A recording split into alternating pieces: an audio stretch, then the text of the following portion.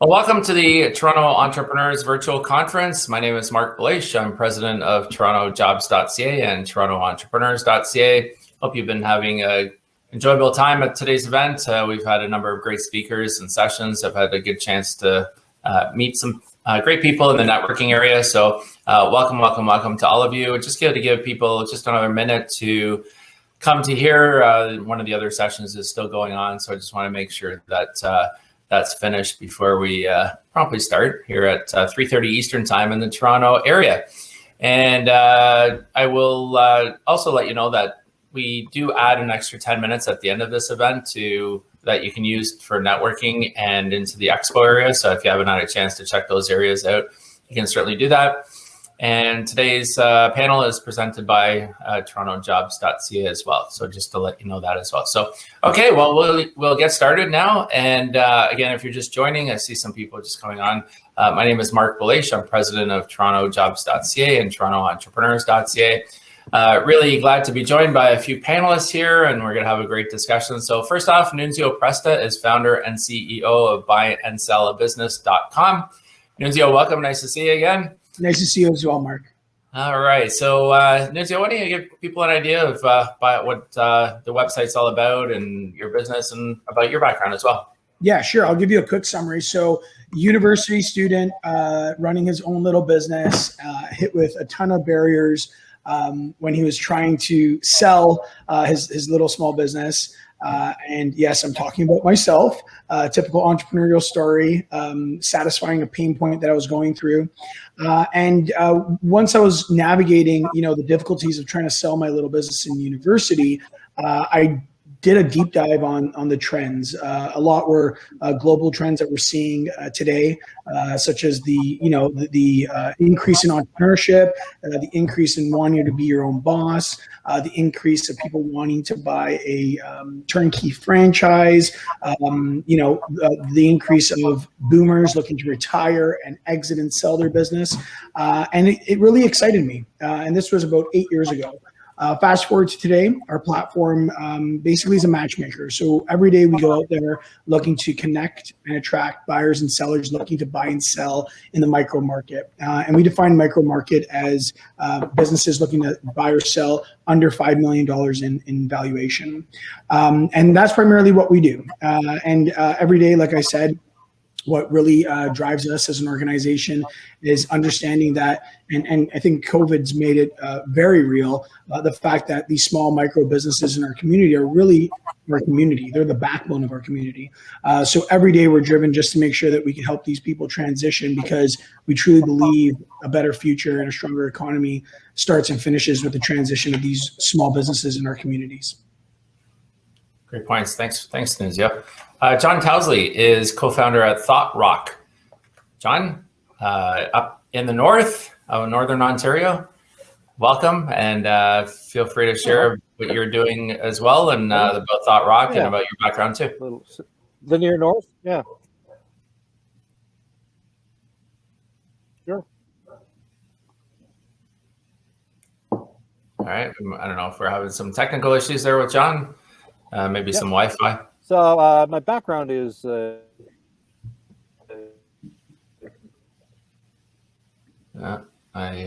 think we're having some technical issues with John, right, Nunzio? Yeah. Back in the day. John, you may want to maybe try to get to a place where the signal might be better. I'm not sure. Yeah. Okay, Natalie, why don't we turn to you then? Natalie Francis is founder at 7 Consulting. Welcome. Natalie, if you want to give people an idea as to a little bit about what you do and what 7 Consulting is all about as well. Sure. Thank you very much, Marc. Good afternoon, everyone. Happy Friday, Junior. As Marc said, my name is Natalie Francis. I'm the founder of 7 Consulting.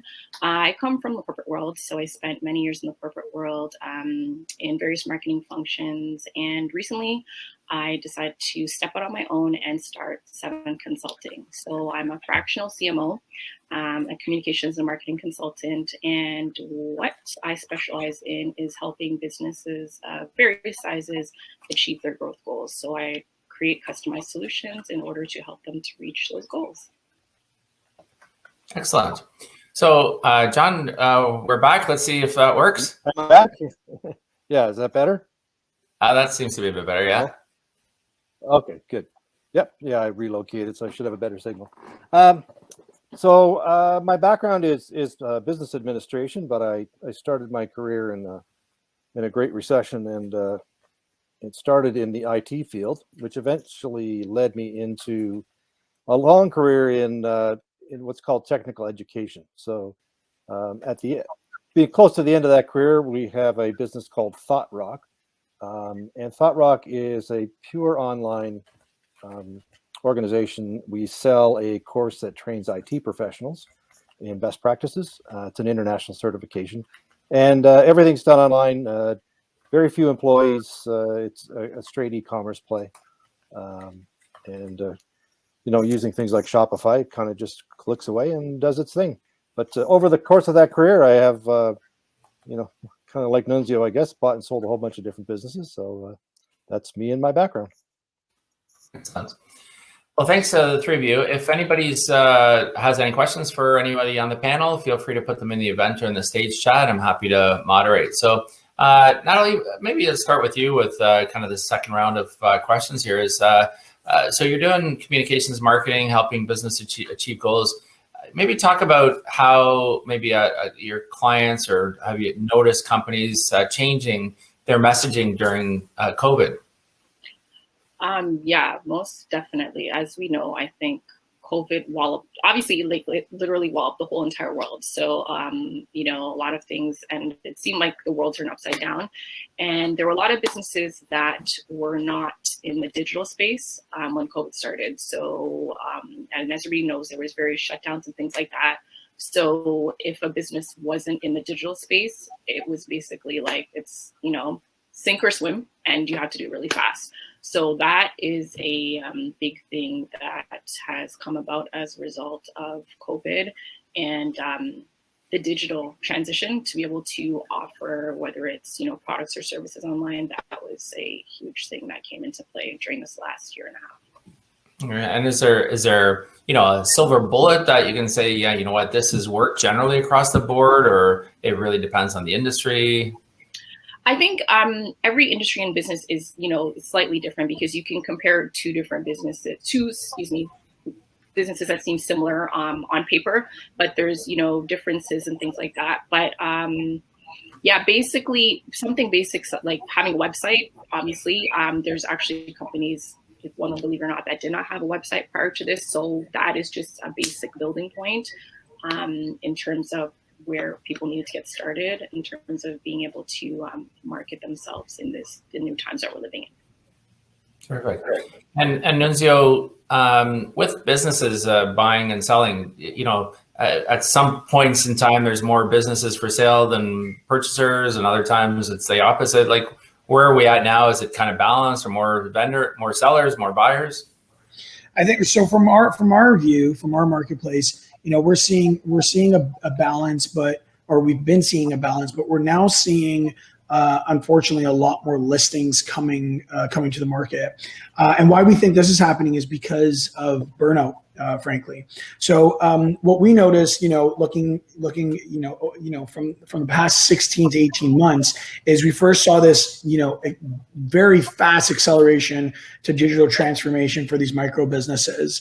Like Natalie said, most of these businesses just weren't ready for the digital world, and now they are. So that increased the valuation of these small businesses. Then we saw this phase where a lot of these businesses were really focused on survival. Right, just trying to survive and keeping their head above the water, and then we saw that transition to a recovery, and unfortunately, during the recovery phase, especially in the micro market, we saw the smallest of the micro market simply close down, and the larger of the micro market actually recover and stay and keep their head above the water.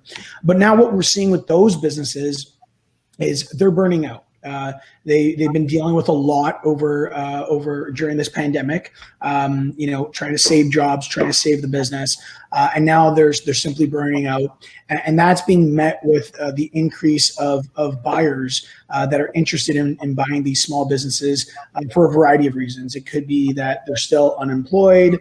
They want to walk away from their 9 to 5 and want to live life on their own terms, a number of reasons. But what we're seeing is a ton of listings are starting to come to the market, especially in the month of August, and we're only halfway through it. And then obviously with that buyer audience that's really hungry. So we're pretty excited to help transition those businesses. But that's what we've been seeing so far. Okay.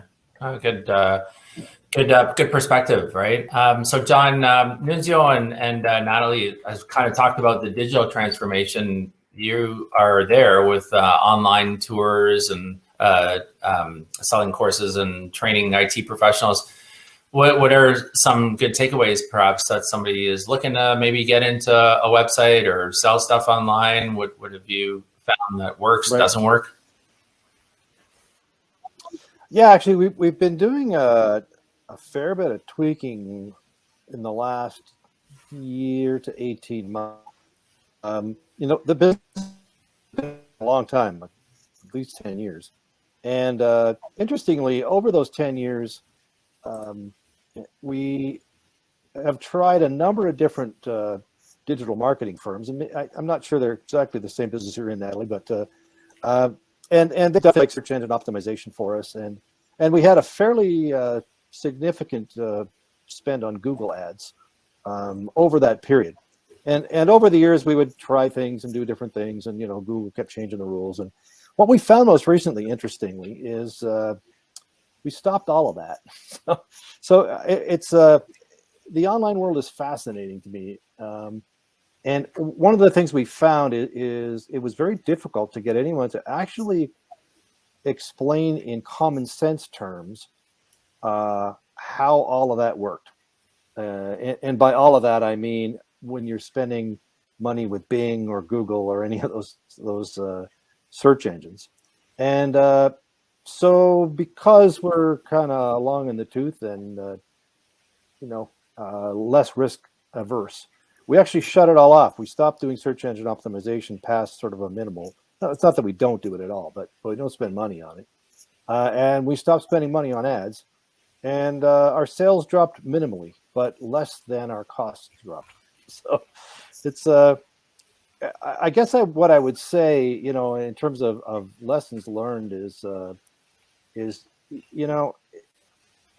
read in a book, I think it was maybe Marc Carney's book recently, and then there was a quote from,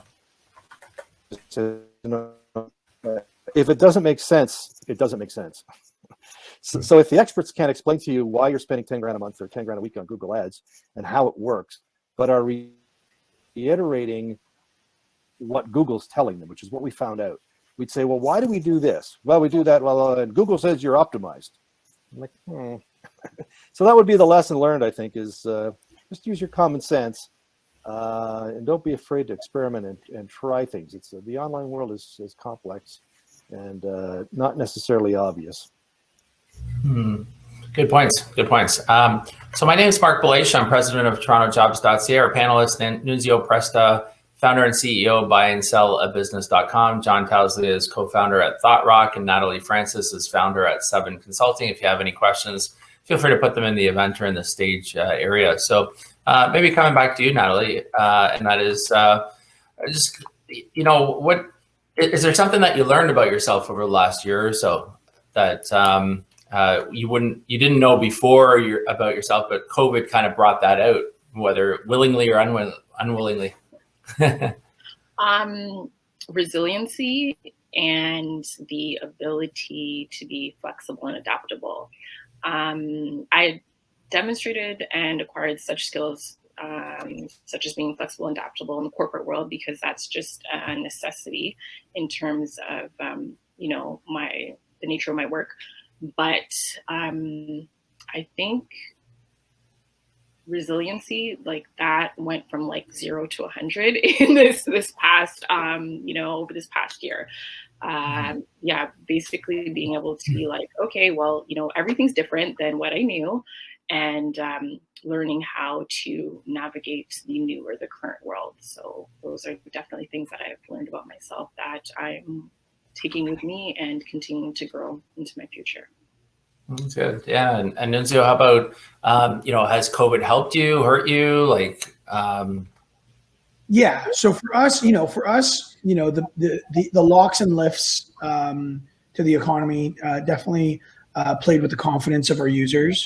Whether they were saying, "Oh, maybe now is not the right time to buy or sell," but overall, I think we were really positioned well to connect buyers and sellers online. We're digital first. Our workforce is remote first. So those sort of things didn't really have a negative impact on us.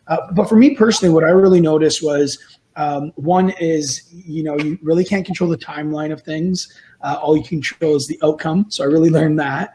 The second thing I learned was you need to listen to things that you don't want to hear, and that's the best way to improving performance and making sure your organization's aligned to move through very difficult things. And then the last one is no one is exempt from mental challenges. Up until COVID, I would categorize myself as a mentally strong individual. But 16 months in, I saw myself, experiencing languish, and it affected me in ways that I thought would never have in the past. So I think taking mental health seriously is definitely something that everyone should consider, because no one, in my opinion, is exempt from that. Good points. Yeah. Great. John, how about you? Like in last year, staff, suppliers, working from home, working remotely, working in an office, what changes have taken place on your end? Yeah, we've always been working remote in this business. In fact, we had 3 other businesses, and they were all remote businesses by and large. I guess some of them you would call a blended model, but 80% of our staff work from home. So no big change for us. COVID. We were already essentially structured that way and had the best practices in place to manage remote teams. So it was really a blip from that perspective. I think for the Thought Rock business, what we saw initially was a huge boost because people were locked down and there was this sort of pent up demand for IT professionals who said, "Hey, I've got this money I'm supposed to do from some training," and so we saw a huge increase in sales from the initial lockdown in March, April of 2020. But then it just kind of flattened right back out again. So yeah, I think that's just because of where we've been positioned, it was really very easy for us. We're very, very fortunate. But I think to pick up on one of the things Nunzio said, from a personal perspective, I think I would agree.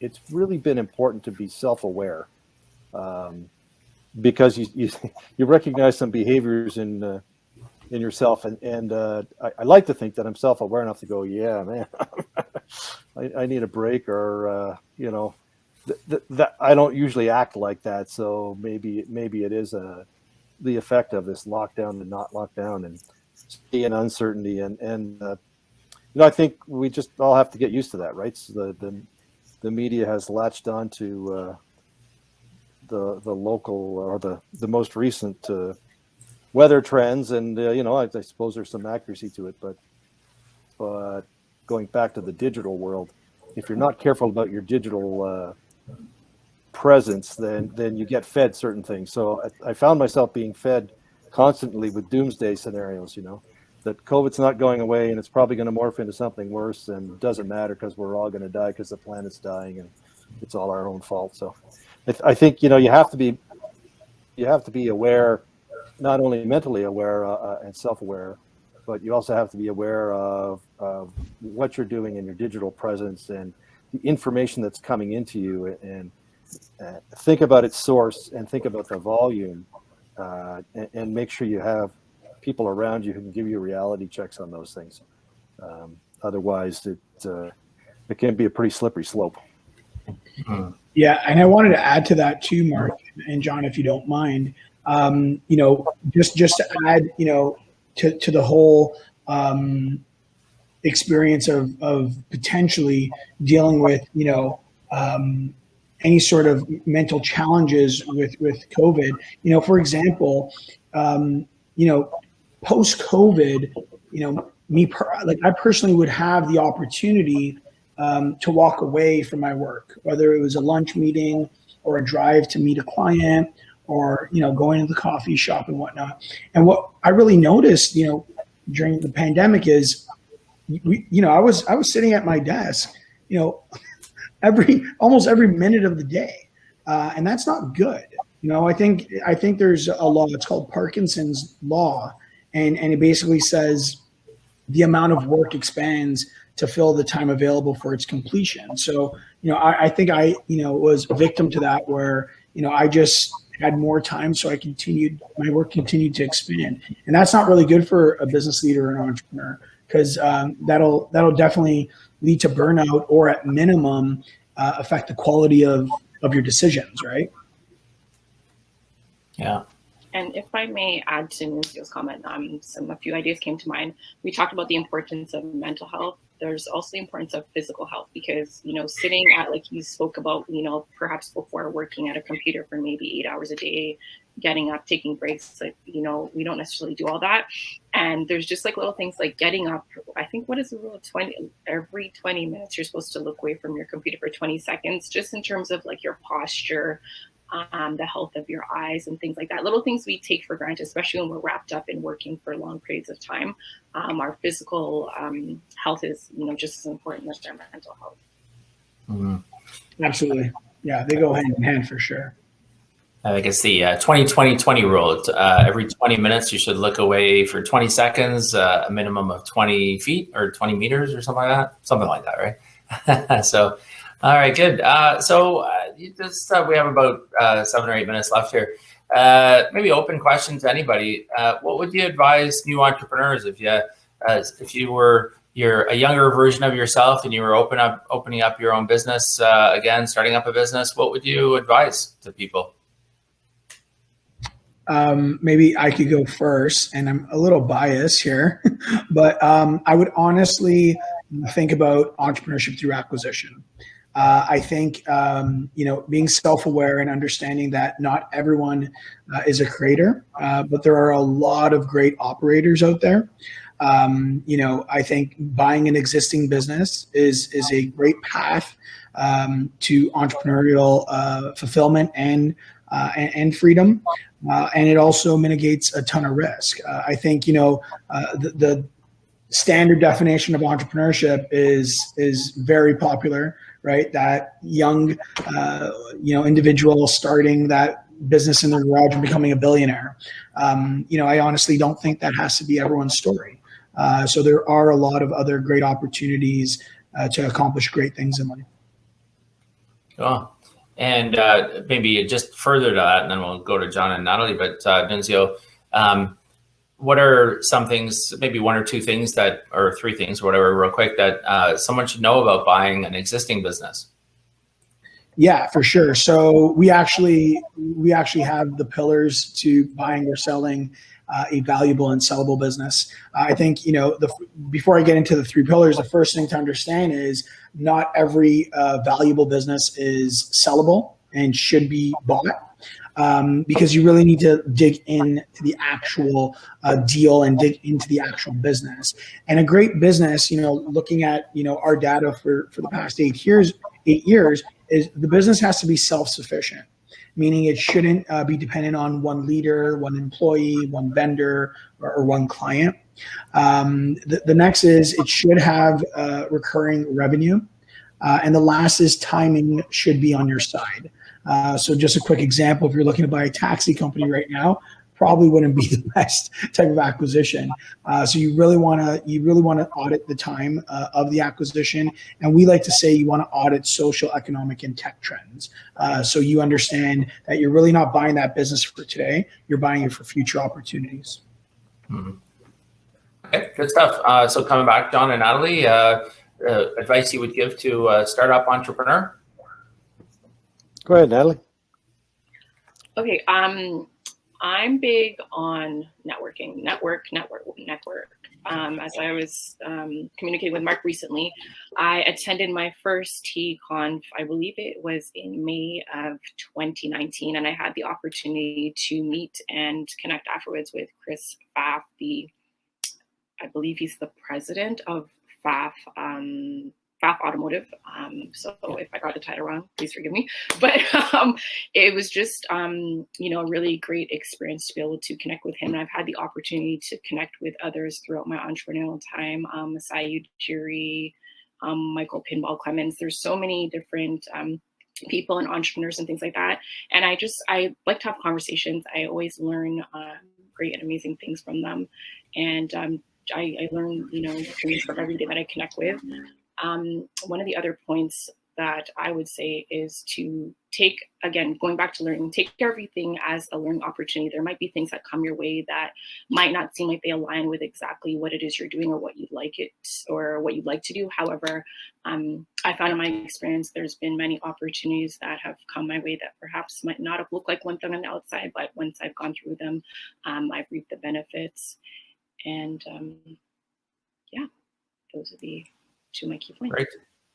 Awesome. Yeah, Chris Pfaff Automotive was one of our keynote speakers a few years ago on our Toronto Entrepreneurs Conference. And John, we just got a couple minutes left here. Are there further thoughts? Anything to add to anything that anybody said? Well, one, I think Chris was a year behind me in high school, actually. All right.